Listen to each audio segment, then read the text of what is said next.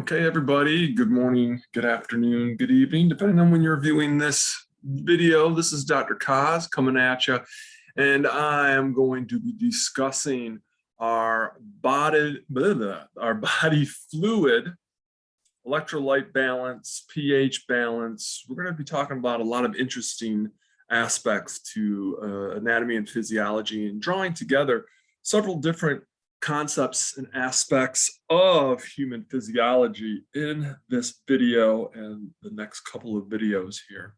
So let's get right into it and talk about our body fluid.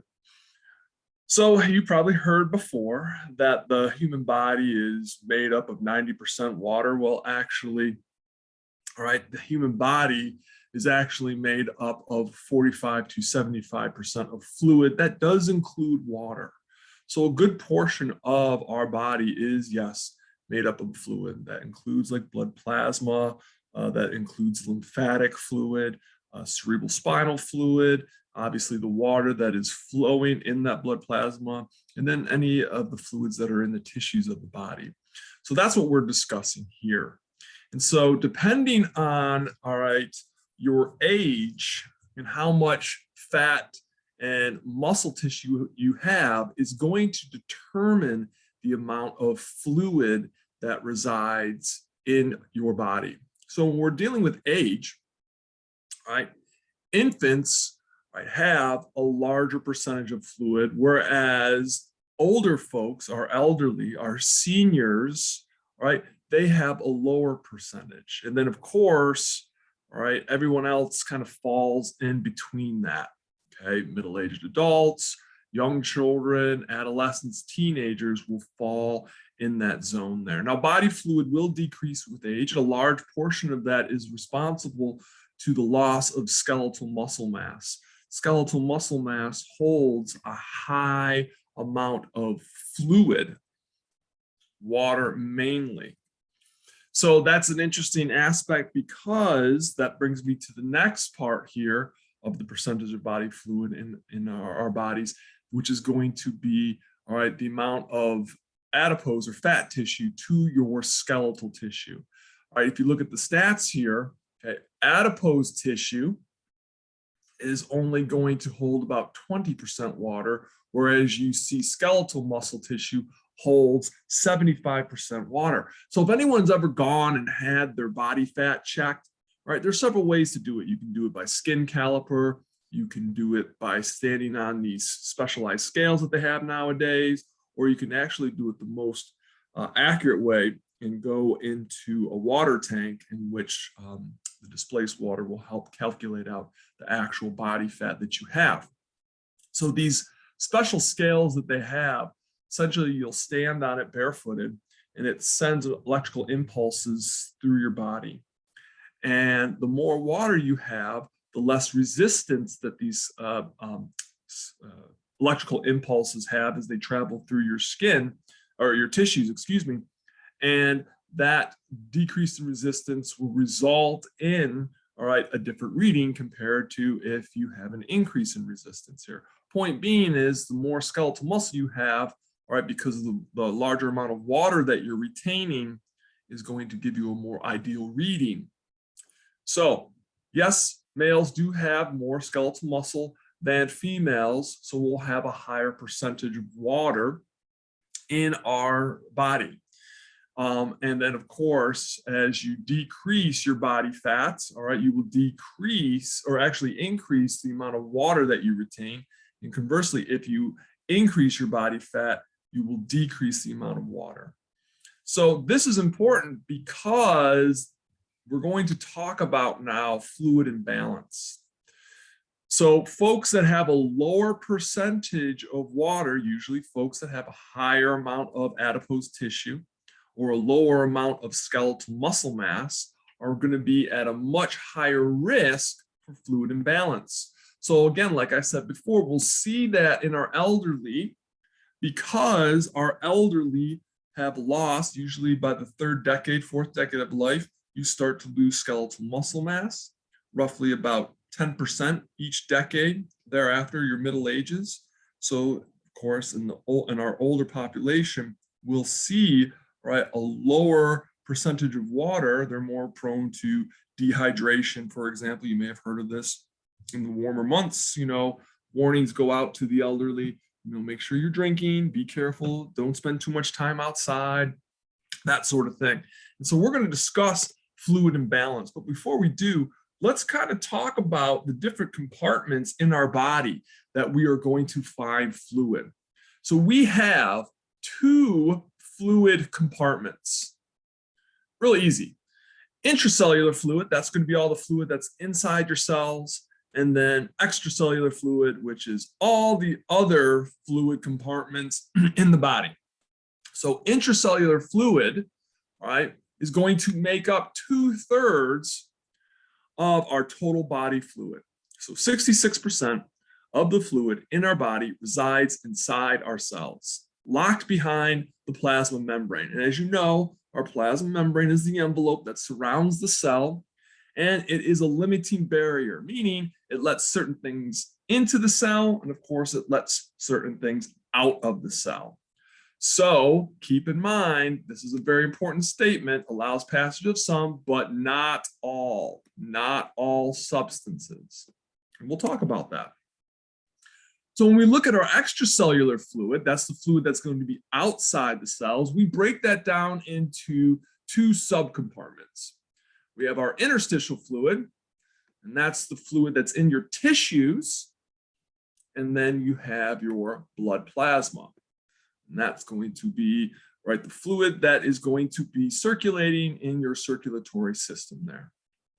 So the interstitial fluid is going to make up 2/3 of our extracellular fluid. So go back to this slide here. Okay, extracellular fluid makes up 2/3 of the total body fluid. That's roughly 66%. All right, that means that the remaining amount of fluid, which is going to be found in the extracellular fluid, will be 1/3, or roughly 34%.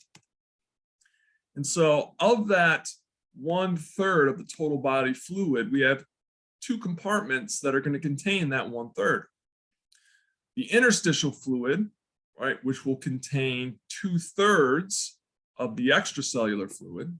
And then our blood plasma, that's the fluid that we find in our blood vessels, right, that will contain the remaining 2/3 of the extracellular fluid here. Now, keep in mind when we're talking about the blood plasma, right, the fluid in your blood vessels is separated from the fluid in the interstitial fluid simply by the capillary vessel wall. But that capillary vessel wall is fairly permeable, meaning stuff can move into the blood and out of the blood. Okay, into the blood and out of the blood. So because of that, our interstitial fluid and our blood plasma are going to be pretty similar in composition of the solutes, the substances that we find in those compartments. We'll discuss more on that in a moment. So when we're talking about our extracellular fluids, the fluid that is outside of our cells, examples given are cerebral spinal fluid. We talked about that quite a bit in Bio 210, right? That's the fluid that bathes your brain and your spinal cord, right? Has several functions, helps to decrease the buoyancy of the brain, right? Creates a nice cushioning environment for the brain. Synovial joint fluid, any capsular joint is a synovial joint and will have synovial joint fluid inside. The aqueous and vitreous humors of the eye, okay? The vitreous humor is that gelatin type of substance in the posterior cavity of the eye, whereas the aqueous humor is the more liquidy portion, right? And that's going to be in the anterior cavity of the eye. And so that is the one that keeps getting produced. The vitreous humor is what we call permanent substance, in which it pretty much is, you're born with it, you keep it. And then, of course, we have the fluids in our inner ear, and then our serous fluids within our body cavities. We talked about the various serous fluids found in the pericardial cavity, in the pleural cavity, in the peritoneum. All right. So these types of fluids right, will not be, we're going to talk about some of the concepts of water intake and water excretion and secretion. And so these compartments, these extracellular fluids won't really be affected by this. Okay, so your cerebral spinal fluid, synovial joint fluid, all these different fluids won't really be affected by daily gains and losses, whether it be through dehydration or excessive hydration. We won't really see that. All right, so let's look at now what we're going to see in our body fluids, in our extracellular fluids and our intracellular fluids. So starting off with the intracellular fluid, we're going to see, all right, how there is a distinct difference between, all right, the composition, what chemicals, what substances are inside the cells versus outside the cells. We've already seen this before when we were talking about the neurons. Right, we talked about how there's more sodium outside a neuron and there's more potassium inside the neuron. Right, how, right, we'll see how there's more chloride outside the neuron than inside the neuron. So we're going to see that these fluid compartments are going to be chemically distinct from one another. So when we're looking at the intracellular fluid, we'll notice, right, we already knew this, potassium, there's significantly more potassium inside the cell than outside the cell. And then these last two, negatively charged proteins and a negatively charged phosphate ion. Now this should ring some memory cells there up in your brain, right? That is why when we were talking about the neuron, how an arresting membrane potential of a neuron, it was positively charged outside and negatively charged inside the cell. And the reason for that to be negatively charged inside the cell is because you have the proteins that have a negative charge inside the cell and phosphate ions, which were negatively charged inside the cell. And they don't leave, all right, too big. So they stay on the inside. The third one here is the magnesium. Now, you might not know this, but magnesium is used, believe it or not, in over 700 to 800 enzymatic chemical reactions in your body. So you can kind of see how important magnesium is. It's extremely important. You need magnesium to produce ATP. Where does ATP production occur? Inside the cell.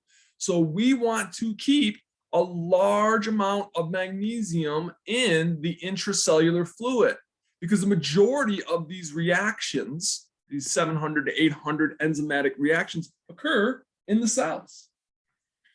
All right, so we'll talk about the extracellular. Let's zip down here to the extracellular fluid. All right, our extracellular fluid, that includes the interstitial and the blood plasma, is predominantly going to contain lots of proteins, okay? But here's the thing, proteins will primarily reside in the blood plasma. They will stay in the blood for the most part, because they contribute to our oncotic colloid pressure. Remember, that's that pulling force that the proteins exert on fluid, helps to pull, all right, keep things in the blood plasma, inside the blood vessel. The hydrostatic force pushes things out against the vessel walls. The oncotic pressure pulls. So we want to keep the proteins in our blood plasma, in the blood vessel, right? So they can pull fluid into the blood plasma, into the blood vessel. Right? Besides proteins, we'll see, remember, banana floating in the ocean, sodium and chloride, right? They will be in high concentration outside of our cells in our extracellular fluid. Not only that, we'll have calcium and then our bicarbonate, of course, because we need the bicarbonate for its buffering principles there. All right, so what helps to keep, all right, these differences between the extracellular fluid, these chemical distinct differences between the intracellular fluid and our extracellular fluid? Hello, transport proteins, pumps and channels, pumps and channels. Perfect example, sodium potassium ion pump helps to keep more sodium outside our cells and more potassium inside the cells. So when we're looking at our extracellular fluid, the property of our capillaries' permeability plays a role in the fact that the chemical makeup between the interstitial fluid and the blood plasma are relatively the same, except for proteins, because the proteins are, for lack of a better term, trapped inside the blood vessels. They can't really escape unless there's a pathological process going on, right? So besides that, all right, you'll have pretty much very similar comparisons between the amount of sodium, calcium, chloride, and bicarbonate in the interstitial fluid and in the blood plasma. So here we can see our total body fluid. Most of our total body fluid is going to be in the intracellular fluid, inside the cells, right? 66%, 2/3. The remaining percentage, all right, the 1/3 will be in the extracellular fluid.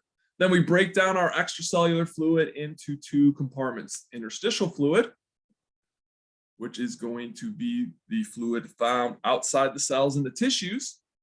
And then we have our blood plasma. So the majority of the fluid in the extracellular fluid compartment is going to be found in the interstitial fluid.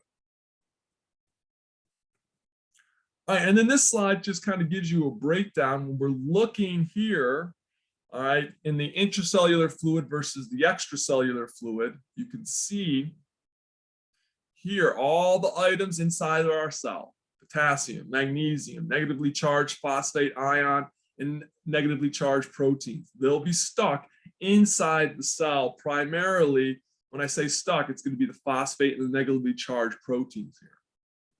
Whereas potassium, as you know, has the ability to move in and out through leak channels, all right, through the pumps. So you'll see when we're looking at the cations, the majority is going to be potassium. Then we'll have some magnesium there.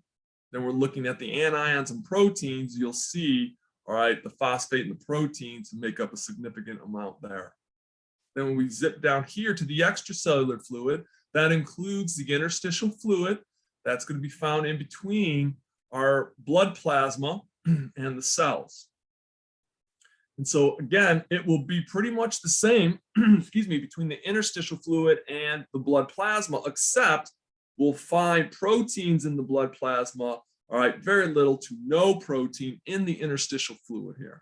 And that's what these are showing us. Okay, so we're looking at the interstitial fluid, right? We shouldn't really see protein there, which we don't on our graph here. Whereas when we're in the blood plasma, we will see some proteins there in the blood plasma. Look how much sodium is going to be located. Relatively the same amount of sodium in blood plasma, interstitial fluid, right? A little bit less sodium, or not sodium, excuse me, chloride in the blood plasma compared to the interstitial fluid, but relatively similar, very similar, right? As is the same with our bicarbonate.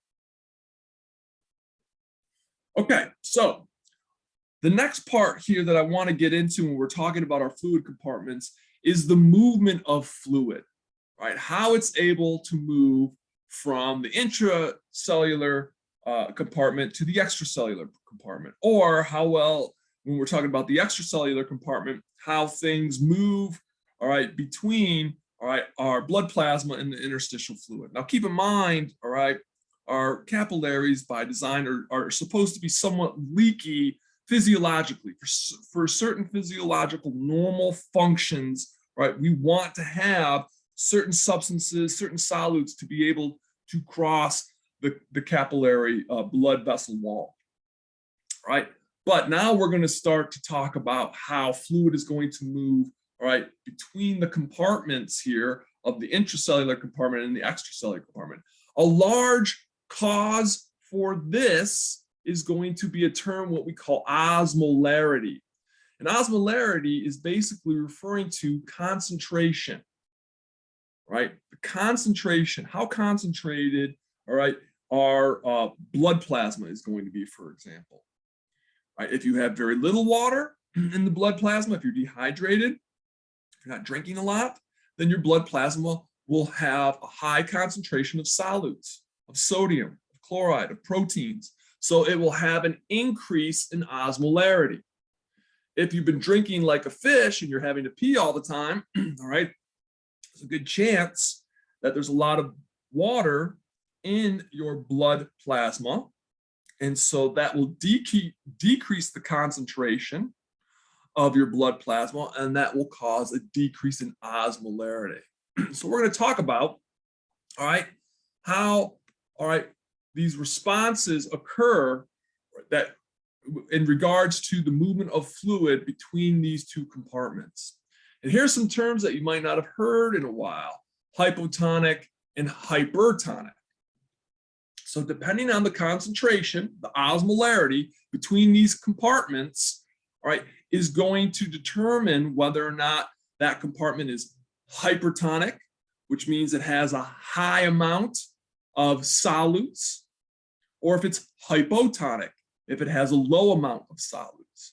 And normally, if something is hypotonic, there's a lot of water in that area. If something is hypertonic, there's very little water in that area. So water is going to want to move, and we know the process. Water moves by osmosis, all right, from an area of low water concentration to an area of high water concentration. And when we're dealing with tonicity, water is always going to want to move, right? This is going back to chapter 4. Water is always going to want to move to the area that is hypertonic. It moves from an area that is hypotonic. Okay? So it wants to move towards where the solutes are. Water is a follower. It wants to go towards solutes like glucose, all right, or sodium, right? They're going to pull and draw water towards them. We talked about that, right, in our urinary system there. When sodium is being excreted, right, from our nephron into the urine, that water follows it. Same thing with glucose, right? Diabetic patients, they have too much glucose. They cannot resorb the glucose because there's so much spilling, all right, into the nephron there. And it's not, and we can only get so much back into the blood. So the overload or the excess glucose gets excreted in the urine. Well, that draws water with it. And so you are going to then be going to the bathroom, urinating quite a bit more. We talked about all that, right? So water is always going to want to move between an area of high water concentration, all right, from an area of, from an area of low water concentration to an area of hot. Sorry, I'm way off on this. One more time from the top. Area of water goes from an area of high water concentration to an area of low water concentration until it reaches equilibrium.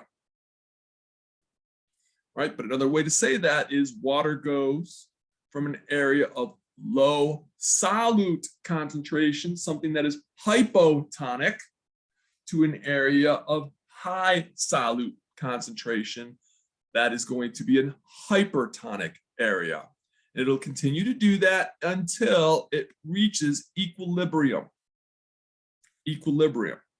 So when we're drinking water, you drink water, it enters into the digestive system, into your stomach.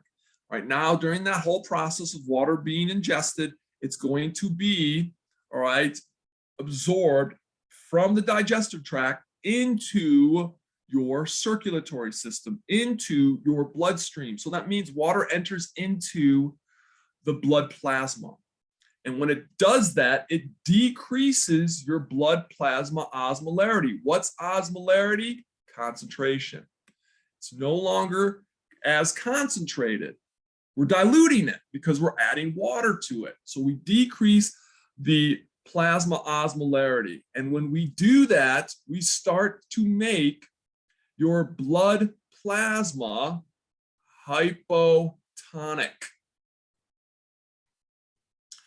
So if our blood plasma is hypotonic and your interstitial fluid and the intracellular fluid, by comparison, are more hypertonic, then water is going to want to move into those compartments. And that's what it does. Water moves into the interstitial fluid, and then it moves into the cells. And that's what we see when we drink water. And the reverse happens when we lose water from our body, when you become dehydrated. We'll talk more about that. So that's a perfect example. Here's what we're seeing.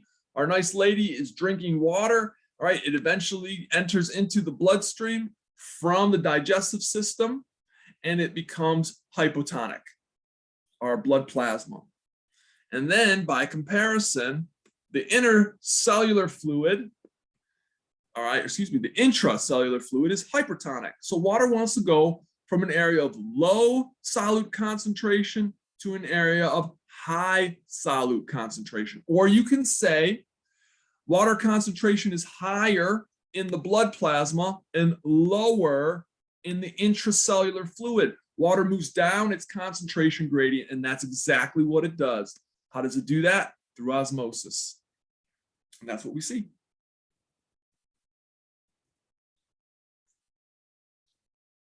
Now, the reverse happens in a situation of dehydration. Okay? Dehydration, we are losing water through we'll talk more about it in detail, but through various processes, like, for example, sweating, or maybe you've just been peeing and not drinking water to replenish that water that you lost.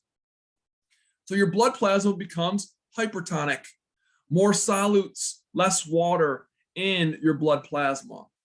And by relation, all right, the intracellular fluid is hypotonic, less solutes, more water. So water wants to go down its concentration gradient from an area of high water concentration to low water concentration. Or we could say it's going to move to the hypertonic area where there's more solutes. So then water is going to leave your cells and enter into the blood plasma through osmosis. Okay, so that brings us to fluid balance. Okay, fluid balance is important because when you take water in, you're going to be getting rid of water. And normally that should be equal. So the amount of fluid that, for example, that you get rid of, all right, through exhaling, through urination, through sweating, through water loss through feces, or through water that is lost through transcutaneous perspiration. Right, all these processes are getting rid of fluid, water mainly. So of course, you're going to want to take in that water that was lost through all those processes.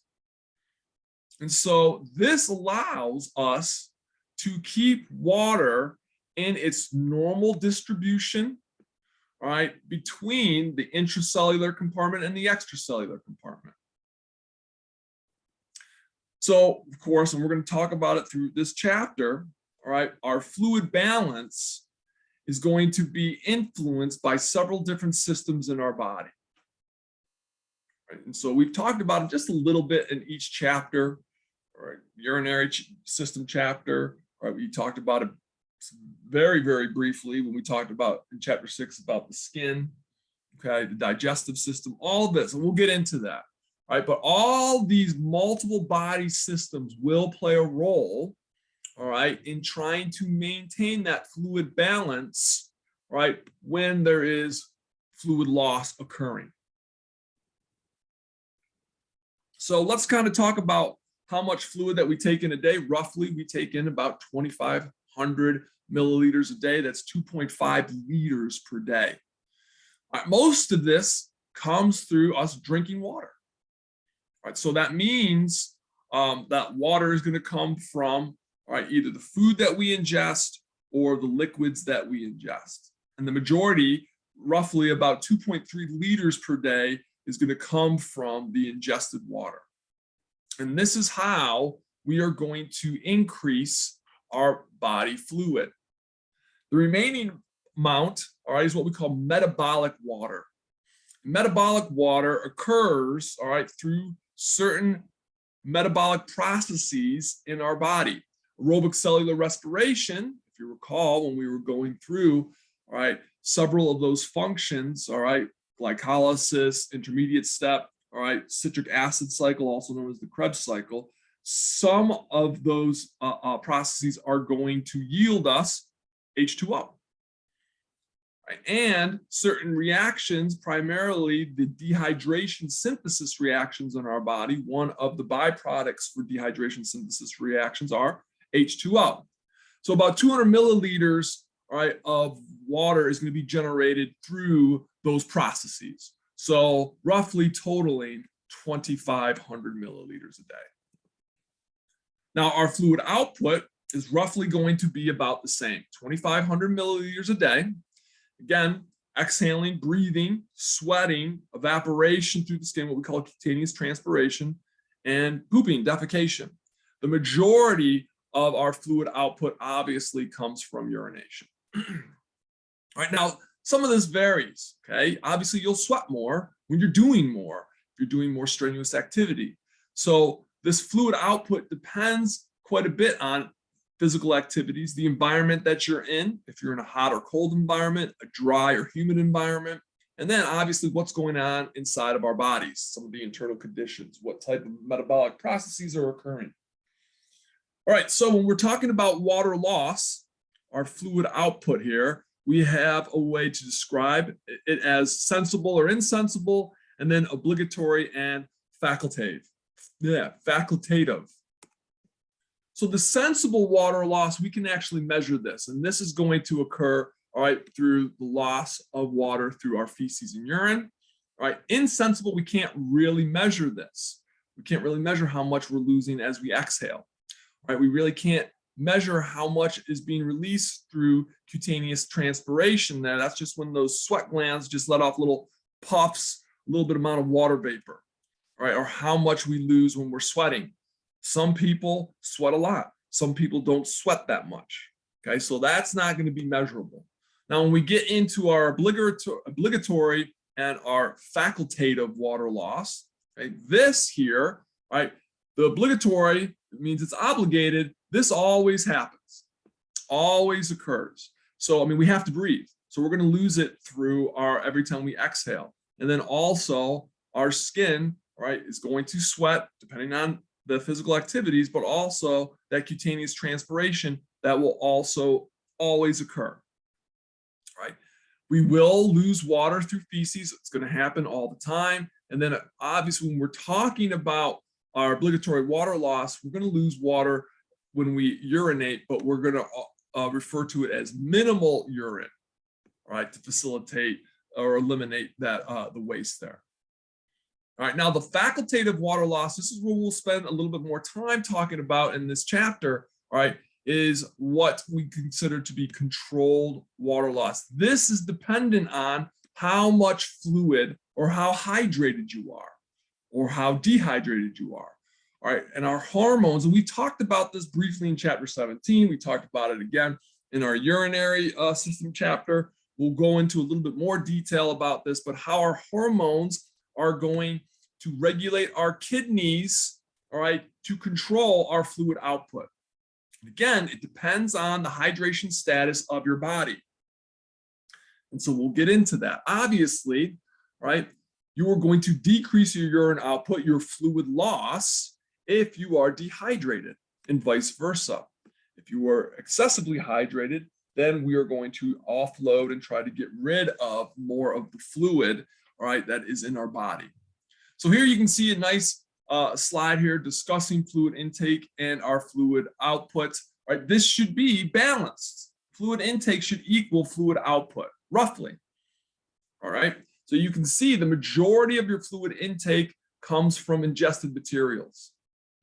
And then a small amount comes from the metabolic processes that occur in your body and the water that is created from those metabolic processes. And then our fluid output, okay, we have our obligatory and our facultative. The obligatory is definitely going to happen. We can't control that. You're going to pee. You're going to have to go poop. All right, you're going to sweat. You have to exhale and breathe out, okay? And you can't control your skin, all right, the sweat glands in your skin from that cutaneous transpiration, releasing water that way. All right, so the sensible and insensible, the sensible is what we can measure. The insensible is what we cannot measure. All right, so let's get into fluid imbalance. And as you are looking at the slide, I'm going to take a quick sip of my coffee. So guess what? I am ingesting fluid here. And so this is contributing to my fluid intake.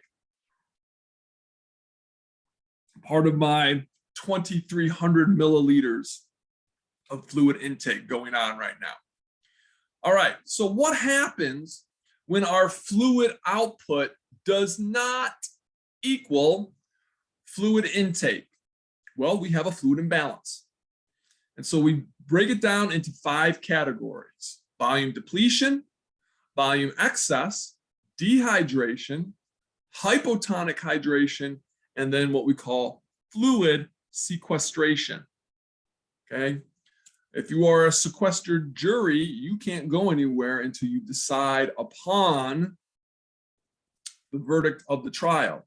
So fluid sequestration means this fluid is staying in the body. And we'll talk about that.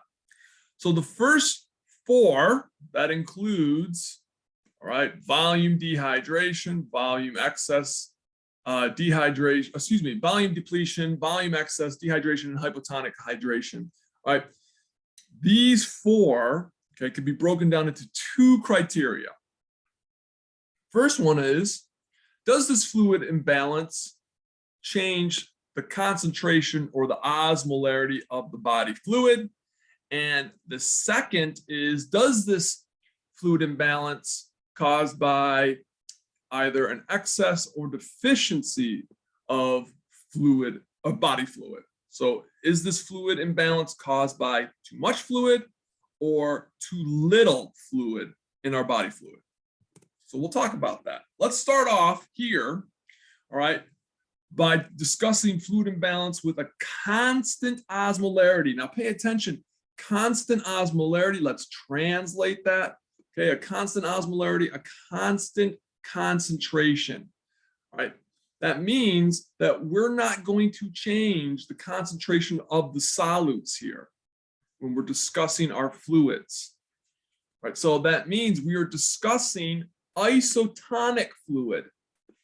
Isotonic fluid, if you recall back in chapter 4, we were talking about tonicity. You can have a hypertonic solution, an isotonic solution, or a hypotonic solution. An isotonic fluid means the amount of solutes in that fluid is going to be the same, right, as the fluid, as the concentration of solutes, all right, in the surrounding tissues, right?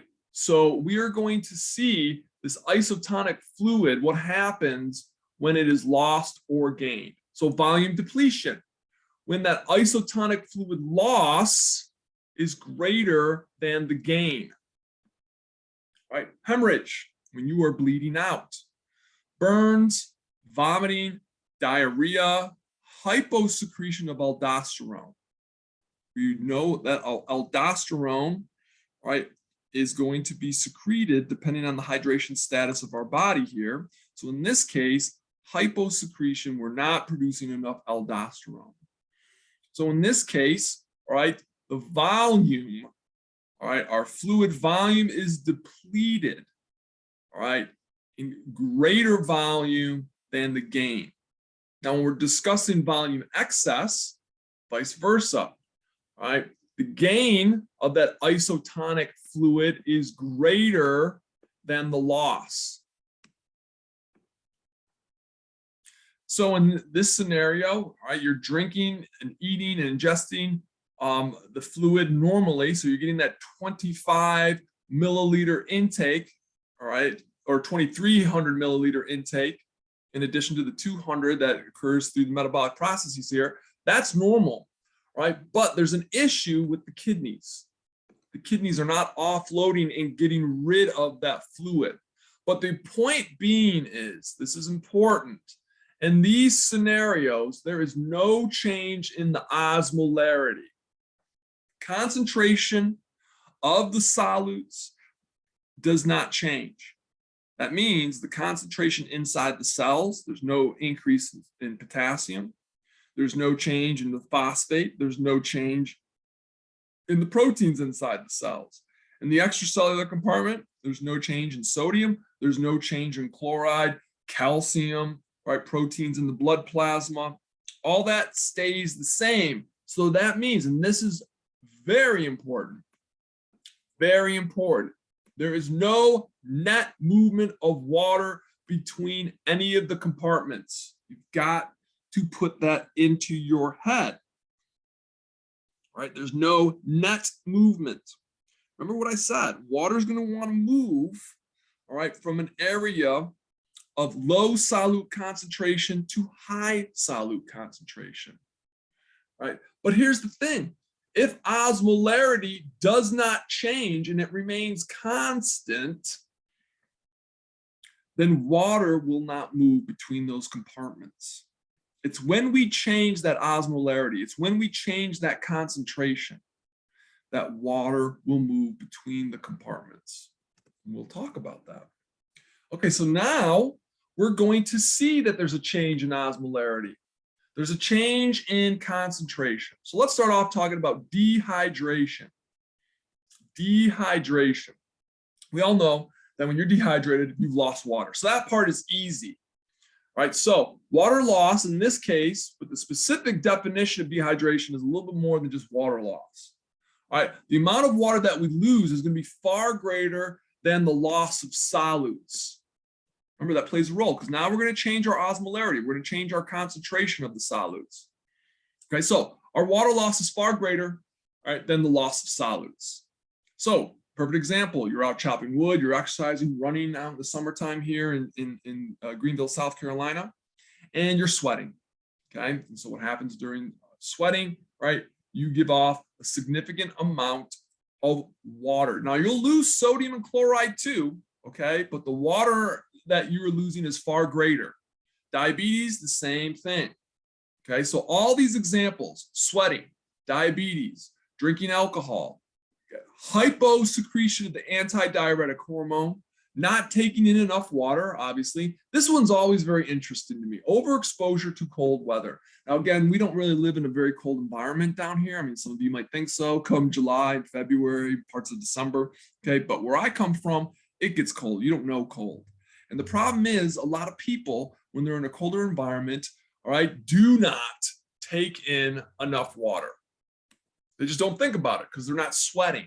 That's the common excuse that I hear from people all the time. Well, I'm not really sweating. I'm not losing water, all right? But regardless of that, overexposure to cold weather, it's a more drier environment, all right? And so it's more important than ever to be increasing your water intake in those scenarios. We hear it all the time when I was living up in the Northeast that especially older people, okay, now they have a double issue here. Two things. One, okay, older people have less skeletal muscle, less body fluid, but also now they're exposed to cold weather. So now they have an even higher possibility of fluid imbalance, all right, with dehydration because they're not taking in enough water. So in this scenario with dehydration, water loss occurs in much greater amounts than loss of solutes. So as a result of that, your blood plasma becomes hypertonic. Hypertonic. So now, by comparison, the intracellular fluid is hypotonic. So remember, where does water want to go from? If you have a hypotonic solution, that means you have a higher water concentration. If you have a hypertonic solution, you have a lower water concentration. Water wants to move from an area of high water concentration to low concentration.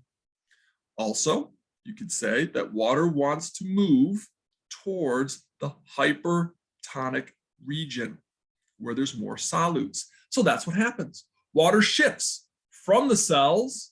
It has to go from the cells because it's heading towards the blood plasma. So it first goes into, it leaves the cells and it goes into the interstitial fluid and then eventually winds up in the blood plasma. And as a result of that, water leaves the cells and we get dehydration of the body cells. You see that? Hope so. So now, what about the opposite? Right? Again, we're still dealing with, all right, fluid imbalances that are going to change our concentration or change our osmolarity. How about a hypotonic hydration, otherwise known as water intoxication? Some of you may know this, many of you probably don't, but years ago, it was over 10 years ago, there was a radio show that decided to have a contest. You could win, I don't know, an Xbox or a PlayStation or whatever. And how you could win it is whoever drank the most water could win it. And everyone's thinking, oh, water, that's harmless. Well, not in this case, because what had happened was the person that drank the most water had undergone water intoxication. I keep saying intoxication. So I'm going to come back to that story here in a moment. But when we're dealing with hypotonic hydration, now in this scenario, the water gain that we're going to see, right, is going to be greater than our solute gain.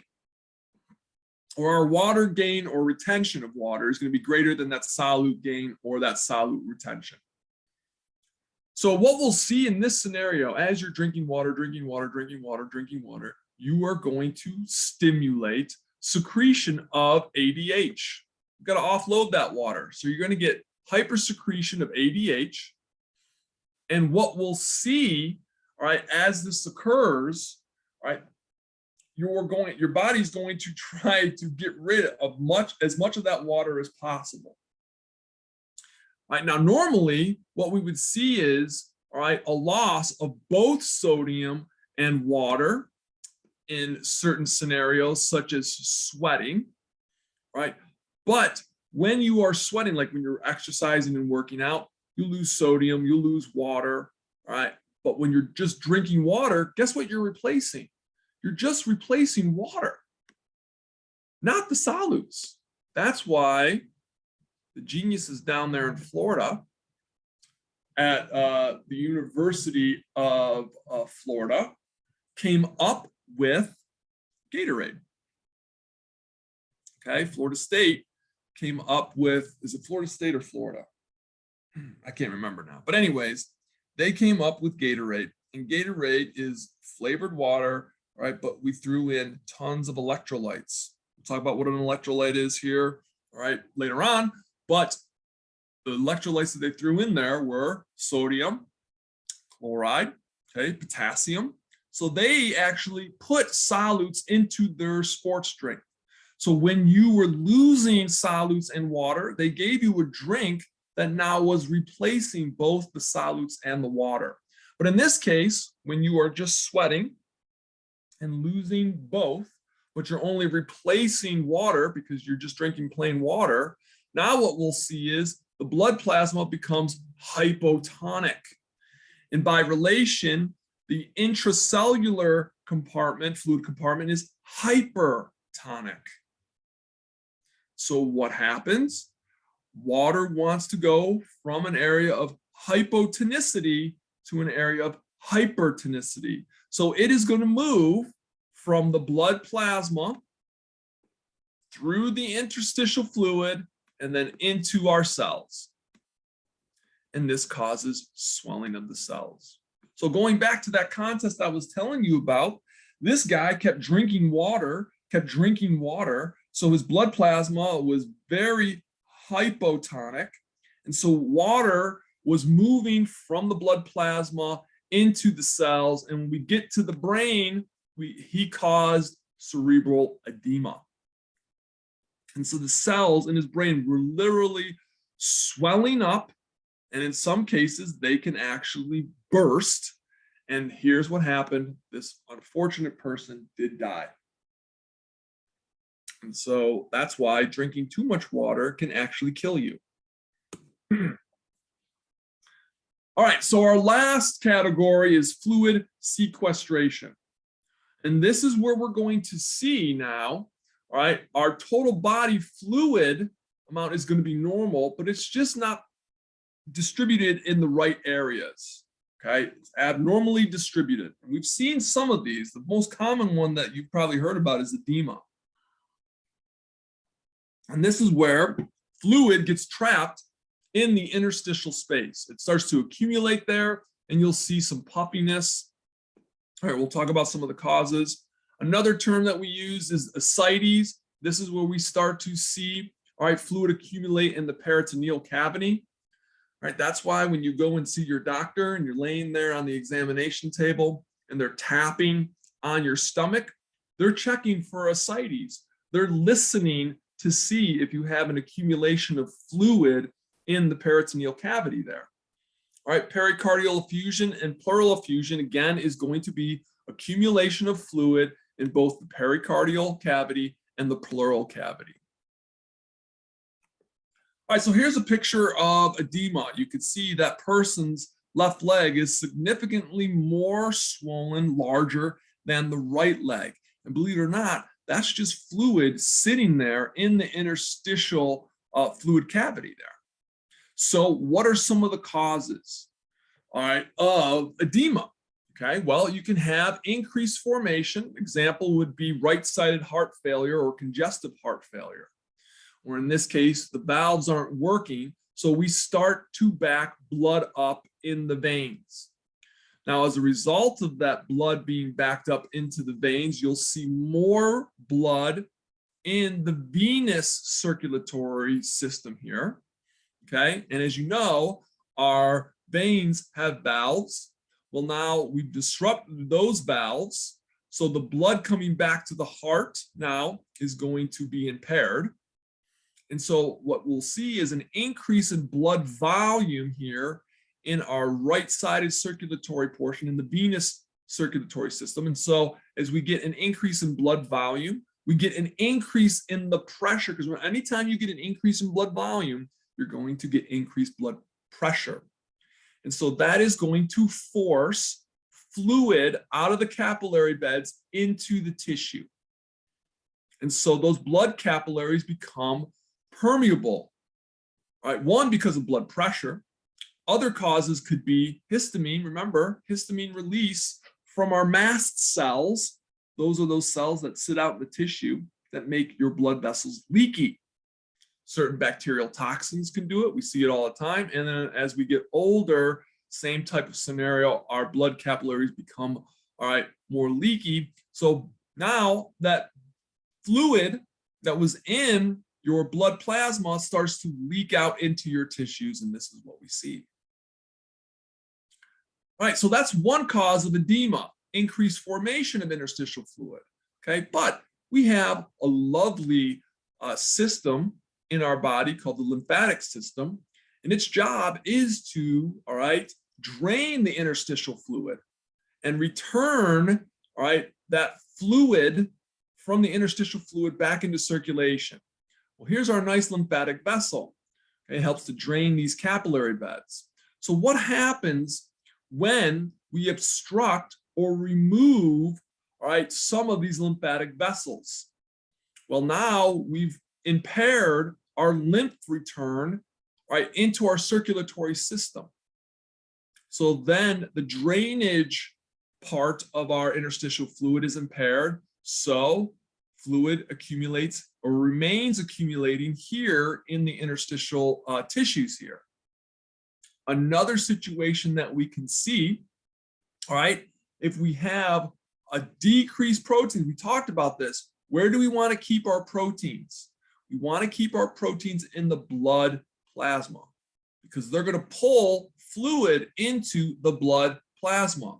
If we get a decrease in proteins in our blood plasma circulation, say that there was an issue by the liver, because the liver makes a lot of these proteins, all right, liver disease, cirrhosis of the liver is a great example, okay, we're decreasing our proteins in the blood, all right, that is going to decrease our colloid oncotic pressure. And that's that pressure that kind of pulls things from the fluid into our blood plasma. And so therefore we'll see more fluid accumulating here in the interstitial tissue there. All right, so how do we regulate this whole system that we're talking about? All right, we're going to talk about that. How do we have our regulation of our fluid balance? A couple things here. Blood volume, how much or how little. Obviously blood pressure, and then our blood plasma osmolarity, how concentrated or how diluted our blood plasma is. So these are the three things that we are going to use, all right, to regulate our fluid balance. Okay, so when we're talking about these variables here, as you take in fluid, either through ingested food or ingested fluid, primarily, drinking, that is going to increase your blood volume. Okay, so kind of think about as you drink, you're going to absorb that stuff from your digestive system, from the GI tract into your blood or your circulatory system. And because of that, if you increase your fluid intake, you're going to increase your blood volume. And as a result, anytime you increase blood volume, you are going to increase blood pressure. But here's what happens. Right? If we increase our blood volume, as a result, right, our blood osmolarity will decrease. If all you're doing is drinking water, going back to that whole Gatorade versus bottled water, if you are just drinking bottled water, you are not going to gain solutes. So we're going to see our water gain is going to exceed the solute gain.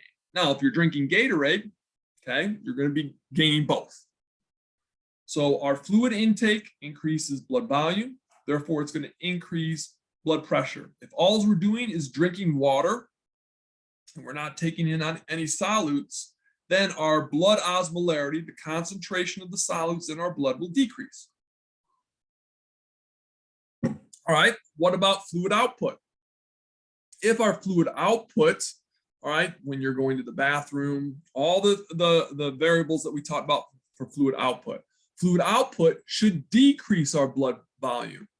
If our blood volume decreases, then we're going to decrease our blood pressure. We've talked about that in several chapters, chapter 17, chapter 24 in the urinary system. We talked about how the kidneys will increase excretion, all right, of urine, getting rid of a lot of water when your blood volume and blood pressure increase here. So what we'll see here is, okay, if our kidneys, all right, are getting rid of more water than solutes, then we're going to see an increase in our blood osmolarity. Makes sense, right? If a lot more water is getting rid of and not a lot of solutes are being gotten rid of, then our blood osmolarity, the concentration of the solutes in our blood, will increase. Therefore, we'll increase our blood osmolarity here.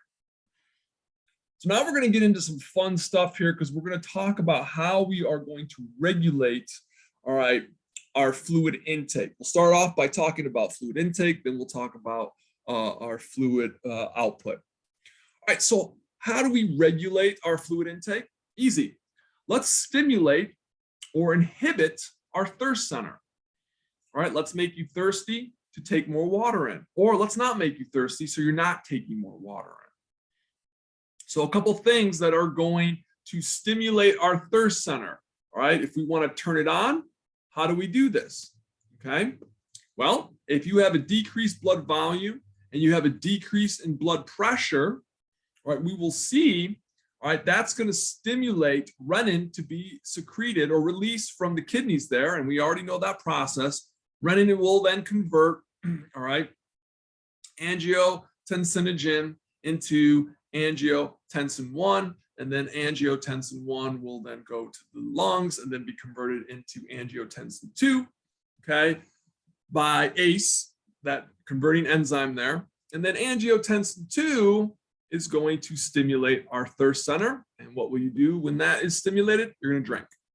And then when you drink, right, you're going to increase your blood volume, thereby increasing your blood pressure. Okay, that's one way, right, to regulate our fluid intake. Right, now another stimuli that is going to turn on our thirst center is increase in blood osmolarity. Our blood plasma is concentrated. So usually in that scenario, we're not taking in enough water to dilute that. So what are we going to see? Right, our sensory receptors in the thirst center are going to monitor, remember chemoreceptors there, they're going to monitor your blood, and they see, all right, that the concentration in your blood osmolarity is off. So because of that, that stimulates the thirst center then, right, found in our hypothalamus then is going to synthesize, well, it's already synthesizing it, all right, but it's going to store ADH in the posterior pituitary. So the hypothalamus is going to tell the neurohypophysis, okay, the posterior pituitary, to release ADH. And then, of course, ADH is going to stimulate, all right, our thirst center, and bam. All right, and then, of course, our salivary secretions there, all right, when our mouth is dry, what's one of the things that you want to do? You want to satisfy it and put some liquid in your mouth. And so the sensory receptors there in your mouth found in the mucous membranes will also directly stimulate the thirst center to take in some sort of liquid there. All right, so we talked about stimuli that turn on the thirst center. How about stimuli that turn it off? Right, in this case, our fluid intake, all right, is much more than the fluid output. So we got to shut this thing down. So, of course, we're going to be dealing with blood volume. Okay, so we have an increase in blood volume. If you have an increase in blood volume, then you're going to have an increase in blood pressure. So that will then inhibit the kidney from releasing renin. And so if we're inhibiting renin, from being released, then we are going to decrease angiotensin 2. All right, and therefore that decrease in angiotensin 2 will then decrease the stimulation of the thirst center. All right, how about decreased blood osmolarity? Okay, our blood is not going to be very concentrated, and because of that, we are no longer going to stimulate the thirst center directly, and then we will no longer stimulate the release of ADH from our posterior pituitary. Same thing with our salivary secretions, all right? A lot of saliva is being produced, okay? Then our sensory receptors there will not send sensory input messages to the thirst center because they're fine. They don't need any further help in creating a moist environment inside your mouth. Distension of the stomach. I've heard this from many, many folks that if you drink water, it helps to curb appetite. But actually, when you drink lots of water, it helps to curb your thirst because as you fill up the stomach with a volume of material, either ingested food or liquid, it's going to cause the stretch receptors to be stimulated. And because of that, all right, as we have distension in the stomach, because the stretch receptors are being stimulated, they're going to send inhibitory messages to the thirst center and shut it down. All right, so that's how we regulate our fluid intake. So let's look at how we are going to regulate our fluid output. And this is where, all right, we're going to spend a lot of time talking about our kidneys. All right, you thought that we were done talking about the kidneys when we were done with the chapter 24 of the urinary system.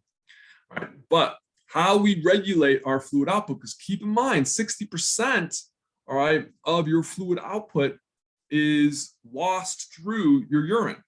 Okay, so it's the kidneys that are going to regulate your urine output. So we have several hormones. We've talked about them in various chapters, but we're going to go over them again. All right, we have 4 hormones that are going to regulate our urine output. The first 3 here, angiotensin 2, ADH or antidiuretic hormone and aldosterone, those three hormones are going to decrease the urine output. And as a result, we're going to see an increase in both blood volume, and therefore, if you increase blood volume, you're going to increase your blood pressure. And then we have ANP, the atrial natriuretic peptide. This is that hormone that is produced when there's an increased stretch on the atrial walls of the heart, right, because there's an increase in blood volume. And so as a result, we're going to see an increase in our urine output. And as a result of an increase in urine output, we're going to decrease our blood volume. And therefore, if we're decreasing our blood volume, we have to decrease our blood pressure. Okay, so we've talked about that, all interesting stuff. And so let's talk about our electrolytes and our non-electrolytes. A long time ago, I once looked up what an electrolyte was because I wasn't quite sure about it. And one of the big things that I remember was electrolytes are going to be a substance that can conduct an electrical current when dissolved, right? But more importantly, an electrolyte is going to be something that when you drop it into a solution, it's going to dissociate. What does that mean? That means whatever that substance is, when you put it into that solution and it undergoes dissociation, it's going to break down into positively charged ions and negatively charged ions, cations or anions. Right? So the electrolytes, right, have unique osmotic functions and unique functions, right? And so we're measuring them in what we call Millie equivalents. And this is something that when you're looking at some of these electrolytes, when you're getting a lab result back, for example, and for your blood, and you'll see, all right, the measurement there, all right, of how much sodium you have in your blood or how much calcium. They're going to use, all right, this label here, okay, Millie equivalents per liter. Non-electrolytes, these guys do not dissociate in the solution. And the reason why is, okay, a lot of these are going to be covalently bonded organic molecules. So sodium, this is a big one, folks. So sodium, and you can see 99% of sodium found in your body is going to be in the extracellular fluid, either in the interstitial fluid or in your blood plasma. Very little is going to be in the inside the cells, in the intracellular fluid. And the reason why is these fellas. We're familiar with them. Better be. All right, the sodium potassium ion pumps, constantly working all the time. Right? They take up a significant amount of ATP being generated by your cells. So they're constantly pumping that, and they're the sodium out of cells, potassium into the cells. And so they're creating that concentration gradient. So when you get your blood drawn, and they're looking at your blood plasma, right, this is going to be the major cation or positively charged ion that you'll see in your blood draw there. All right, and so this one here is going to play a huge role in creating that osmotic pressure. What's the osmotic pressure? Well, again, that's that pulling force. Sodium is going to draw water towards it. So this is going to be, all right, the electrolyte, all right, or the cation that plays the largest role in that pulling force of water, right, into the extracellular fluid, or depending on wherever you see the larger concentration of sodium. So normally when you're getting your blood drawn, this is the numbers that you want to see. You want to see your sodium levels in between, all right, those numbers there, 135 to 145 milli equivalents. So, all right, your daily requirement is about 2 grams. Now, let me tell you something. And I was told this a long time ago, and I do believe it. You know, a lot of people are like, well, I need sodium in my diet, so I'm going to take salt because that's what salt is, a sodium chloride. Trust me, you don't need to worry about your sodium intake at all. There's enough foods that are out there that have plenty of sodium in it. Okay, so your dietary intake, you should never be concerned about sodium. I don't care if you are what some folks consider to be the perfect eater, you don't have to worry about it. So obviously you only want to take in 2 grams, but it varies anywhere from half a gram to 200 to 20 grams per day. Right, obviously, we want to stay far away from this number, okay, because you only need about 2 grams. So a lot of sodium will be lost in urine, feces, and sweat. Sweat, we all know, because if you've ever tasted your own sweat, it tastes salty. So there's a lot of sodium chloride in there. So how do we regulate the amount of sodium? Well, we've got, how do we regulate, sorry, the amount of sodium, I'm not finishing my thoughts today. How do we regulate the amount of sodium lost, all right, in our urine? Through aldosterone, ADH, and AMP. All right, so before we talk about how we regulate all that, let's talk about its role in blood plasma concentration or osmolarity. All right, like I said, plays a large role in exerting that osmotic pressure inside of our blood.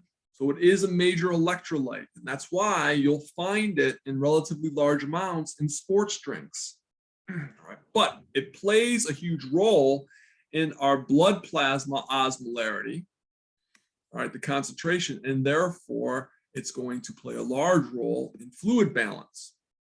So if we're talking about our extracellular fluid compartment, if it is hypertonic, right, we'll see an increase in the amount of sodium. And therefore, if we see an increase in the amount of sodium, then it's going to draw water into that compartment. So what can cause the extracellular fluid compartment to be hypertonic? One, if you increase your dietary intake of sodium, so we increase our sodium, or if you have less water in those compartments. Great example would be dehydration, right? You're sweating a lot.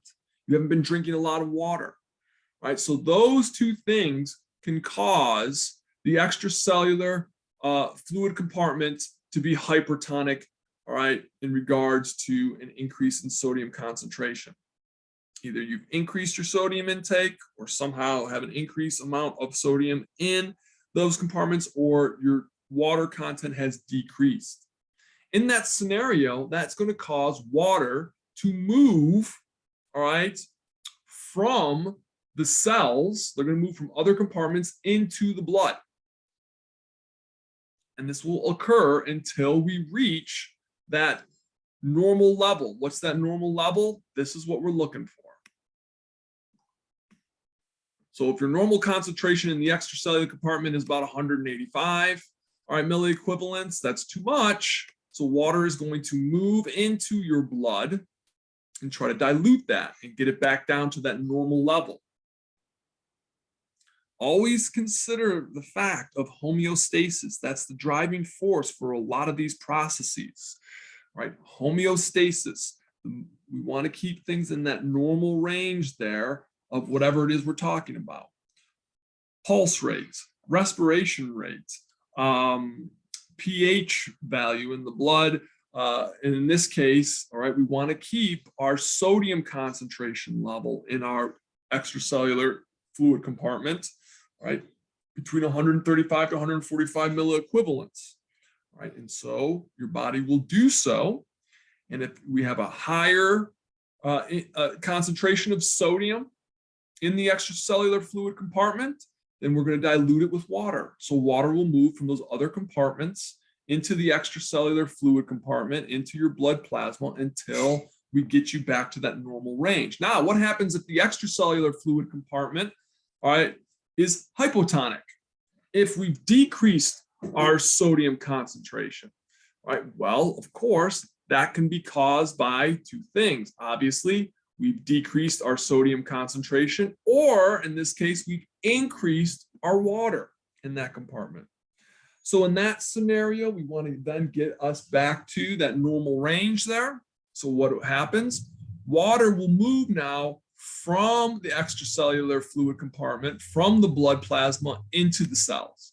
And it'll continue to do so until we establish that normal concentration. Okay, same thing, same thing.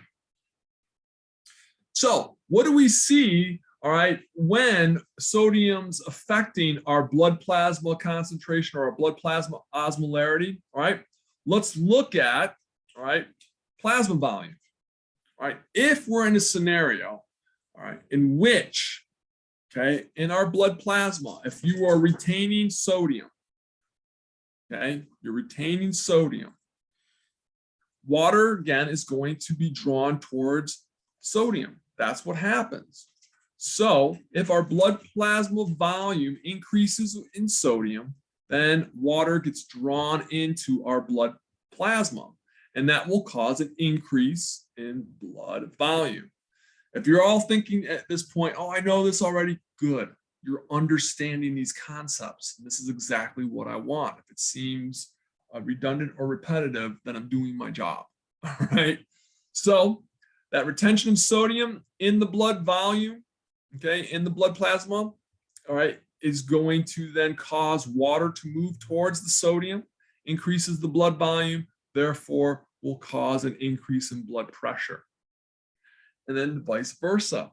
If you are getting rid of sodium, okay, then water will also leave. So that will cause a decrease in blood volume and a decrease in blood pressure.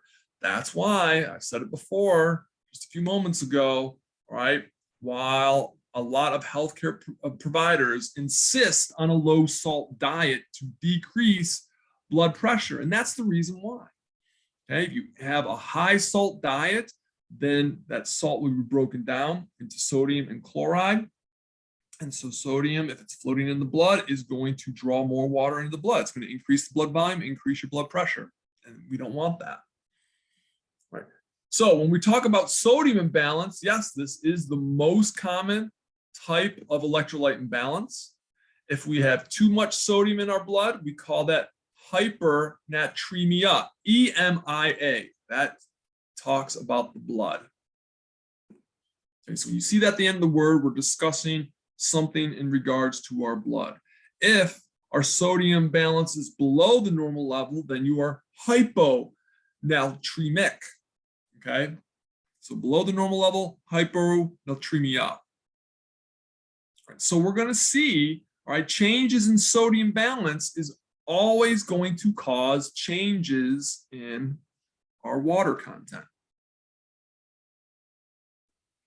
All right, so here you can see our sodium balance. Remember, this is what we want. We always want this value, 135 to 145 milliequivalents. Okay, so what affects the intake of sodium? Primarily the diet. Okay, so again, what you take in, you're going to want to get rid of to keep that balance the same. So the three hormones that are going to regulate our sodium concentration here are going to be aldosterone, ADH, antidiuretic hormone, and ANP, atrial natriuretic peptide there. So aldosterone in this scenario here, okay, is going to retain sodium and water. So therefore, if it's going to retain sodium and water, right, we're going to maintain the sodium in our blood plasma concentration. ADH is going to retain water.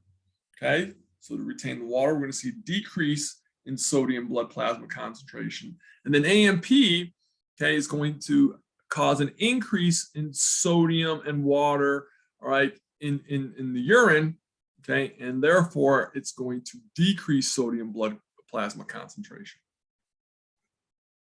So here you can see, all right, with our sodium concentration, all right, here's what's happening. You've increased, all right, sodium intake through your diet. Your blood plasma now becomes hypertonic, all right? And that is because we've increased sodium ion concentration, or you just haven't been drinking a lot and you've decreased your water concentration. But what happens is the blood plasma is hypertonic, and by comparison, the intracellular fluid is hypotonic. Water wants to move where there's more solutes. Okay, in this case, it wants to move from an area of low sodium concentration to an area of high sodium concentration. So it's going to leave the cells.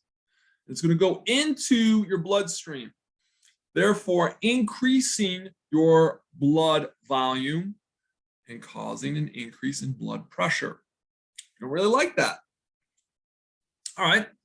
How about in this scenario here, right, where you've decreased your sodium concentration or you've increased your water concentration? So you're drinking lots and lots and lots of water. You're not drinking Gatorade.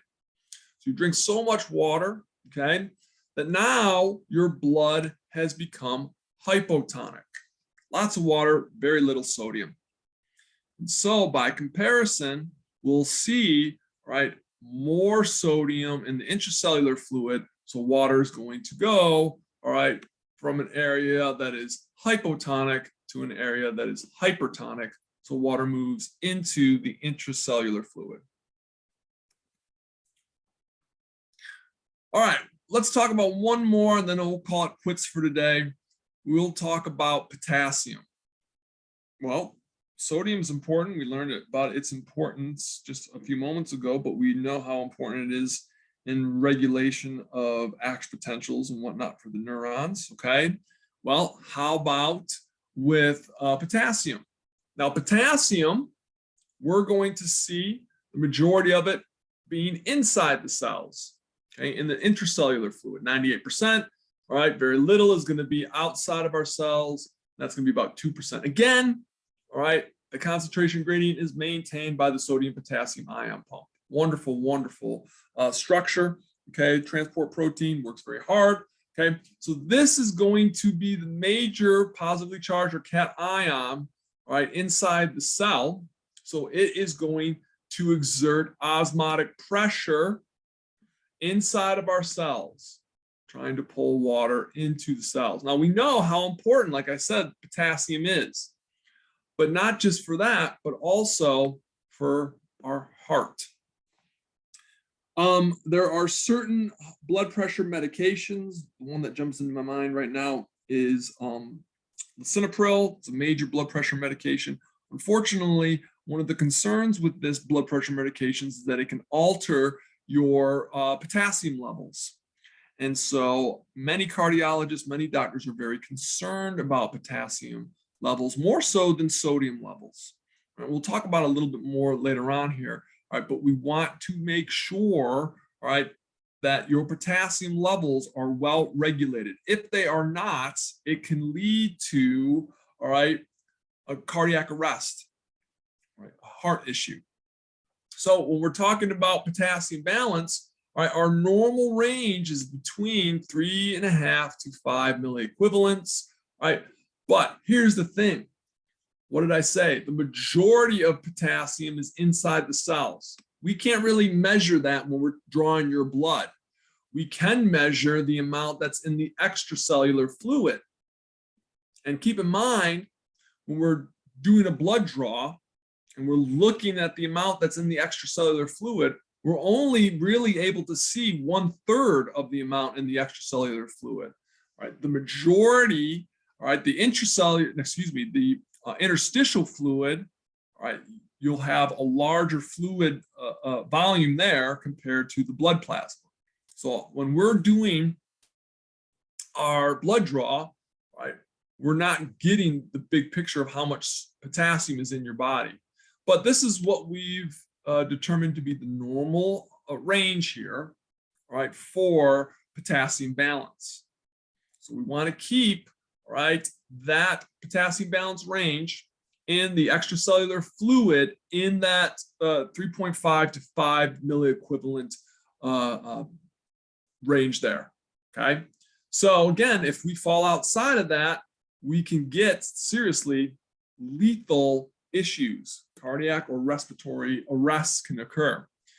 Okay, so when we're talking about our total body potassium, right, when we're talking about our intake and output here, what we're seeing here is roughly, we're looking at 40 milliequivalents is what we want to be taking in, all right, through our diet. Now, a lot of potassium is lost in the urine, and what triggers, all right, the release of aldosterone primarily, the biggest of stimulant for aldosterone release is going to be potassium levels. If you have high potassium levels, that is going to trigger aldosterone. That's the number one stimuli to trigger aldosterone release, because we want to regulate that extracellular fluid concentration of potassium, right? So if we have lots of potassium, all right, in our blood plasma, okay, we are going to get increased aldosterone secretion, and all right, what we'll also see is high blood pH. What does that mean? Okay, high blood pH means we have low hydrogen ion concentration. We'll talk about this here in a moment. All right, so what three things? Let me rephrase that, right? What is going to constitute the loss of potassium in our urine? Okay, three things. One, if we have a lot of potassium in our blood plasma, aldosterone secretion is going to trigger the excretion of potassium. And then if our blood pH levels are alkaline, if they're high. All right, so what is going to distribute potassium across the plasma membrane? Our sodium potassium ion pumps, and then remember our leak channels. Okay, so potassium fluctuates quite a bit. So how do we keep it, all right, constant? How can we redistribute potassium, all right, in and out of our cells? A couple things that we can do, all right? Some things that can occur, all right, when we're talking about our blood plasma concentration of potassium, we will talk about our hydrogen ion concentration, pH, and then our hormones that are going to play a role in this. So if we see too much blood plasma, too much potassium in our blood plasma, we refer to that as hyperkalemia. And if we have too little potassium in our blood plasma, we call that hypokalemia. So if there's too much in the blood, we are going to want to distribute, we want to move potassium from the extracellular fluid, from our blood plasma, into our intracellular fluid. If vice versa, we have too little potassium in our blood plasma, then we're going to want to move it out of the cells and into the extracellular fluid. All right, so any changes that we see in our blood plasma potassium concentration is going to cause these shifts of potassium into and out of our cells, into and out of the extracellular fluid compartments there. And as a result, okay, of this potassium moving back and forth, all right, that is going to change our blood plasma hydrogen ion concentration, which means that is going to change the pH. So if we see an increase of hydrogen ions in the extracellular fluid, right, what we'll see here, okay, is a change in that blood plasma concentration, right, that as we're shifting potassium, right, from inside the cell to outside the cell and vice versa, right, that is going to affect our blood plasma hydrogen ion concentrations. Let me just show you real fast here. All right, let's jump to this middle one here. I know it's a little bit confusing. All right, so one of the ways that we can help to maintain, all right, the pH of our blood, which is 7.35 to 7.45 pH value, all right, if we are in an acidic environment, all right, if our blood plasma concentration of hydrogen ions increases, all right, we are going to exchange hydrogen for potassium. All right, and the reason why is you're going to exchange one positive ion for another positive ion. So in order to offload, all right, and keep our blood plasma at that normal, healthy range, we're going to take the hydrogen ion out of the blood and put it into the intracellular fluid, and we'll exchange that hydrogen ion for a potassium ion. So as hydrogen ions enter the cells, our potassium ions will exit the cells, and vice versa. If our blood hydrogen ion concentration decreases, then the opposite will occur. Okay, the hydrogen ion will exit out of our cells, and our the potassium ion will enter into the cells. So it's an exchange, like a one-for-one sort of deal here. And the purpose of that is to maintain that electrochemical gradient there. So like that picture was showing us, if we got an increase in the hydrogen ion concentration in the extracellular fluid, okay, that's going to cause a decrease in pH. We're making things more acidic. We're going to want to offload those extra hydrogen ions, all right, into our cells. And as a result, all right, potassium will move out. And then obviously the reverse will occur.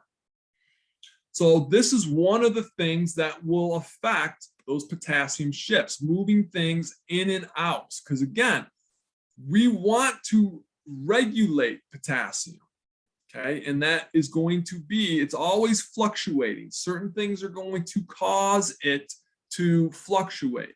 If we have too much potassium in our blood, or if we have too little, right? So going back to, okay, potassium in our blood. If we have too much, potassium goes into the cells. If we have too little in the blood, potassium is going to exit the cells and move into our blood plasma.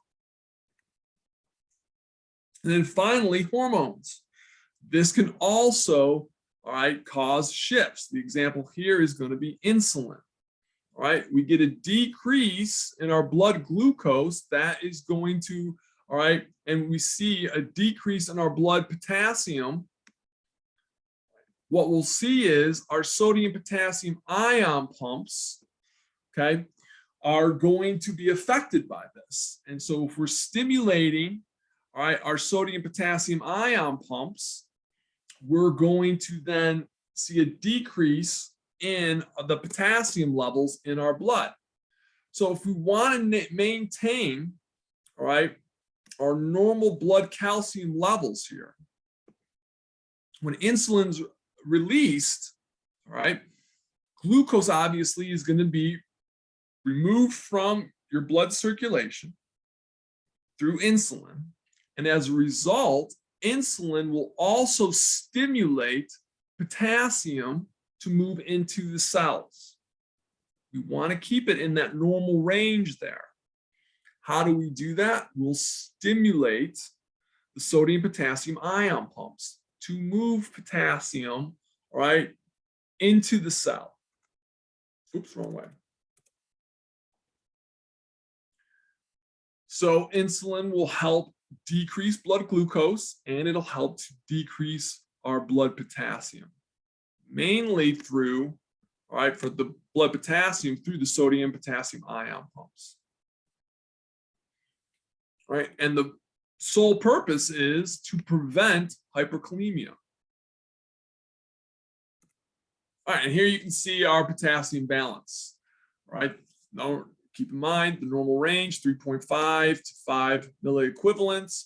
Our main intake is going to be through diet. So our hormones will help with this. All right, aldosterone, okay, the number one stimulant for aldosterone secretion is going to be high potassium levels. So what we'll see is when aldosterone is being produced, okay, it will cause potassium to be secreted by the kidneys into the urine for excretion. And as a result, that will then decrease our potassium levels in the blood. All right, we're going to take a break from this material. I know it's a lot to take in, but I feel like this is a good spot to stop. I hope you all enjoyed. Have a great day.